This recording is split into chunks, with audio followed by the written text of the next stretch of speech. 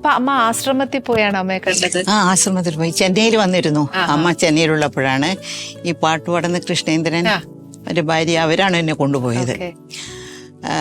അവിടെ പോയിട്ട് കാണുന്നത് ഞാൻ കണ്ടിട്ട് ഞാൻ അമ്മയോടൊക്കെ കുറേ സംസാരിച്ചു. അമ്മ പറഞ്ഞു, ഷീല എന്നുള്ള ജന്മം വന്ന് ഒരു നടിയാണ്.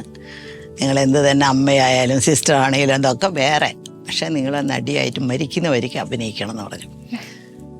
അമ്മയെ കണ്ടിട്ട് തിരിച്ചു വരുന്ന വഴിക്ക് തന്നെ ഞാൻ സത്യനെ വിളിച്ചു പറഞ്ഞു, ചെയ്യാം. സത്യ നദിക്കാട് വിളിച്ചു പറഞ്ഞു, മനസ്സിനക്കരെ എന്നുള്ള ഒരു പടം ഉണ്ടല്ലോ, ഞാൻ അഭിനയിക്കാമെന്ന് പറഞ്ഞു.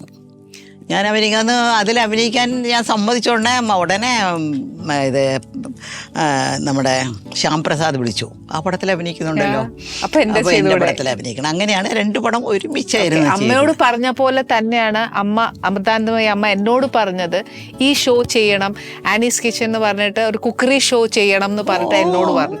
ആ ഒരൊറ്റ പേരിലാണ് അമ്മ ഞാനും ഈ ഷോ സ്റ്റാർട്ട് ചെയ്തത്. നമ്മൾ രണ്ടുപേരും കൂടി എന്തോ ഒരു അമ്മയായിട്ട് എന്തോ ഒരു സോൾ കണക്ഷൻ ഉണ്ട്.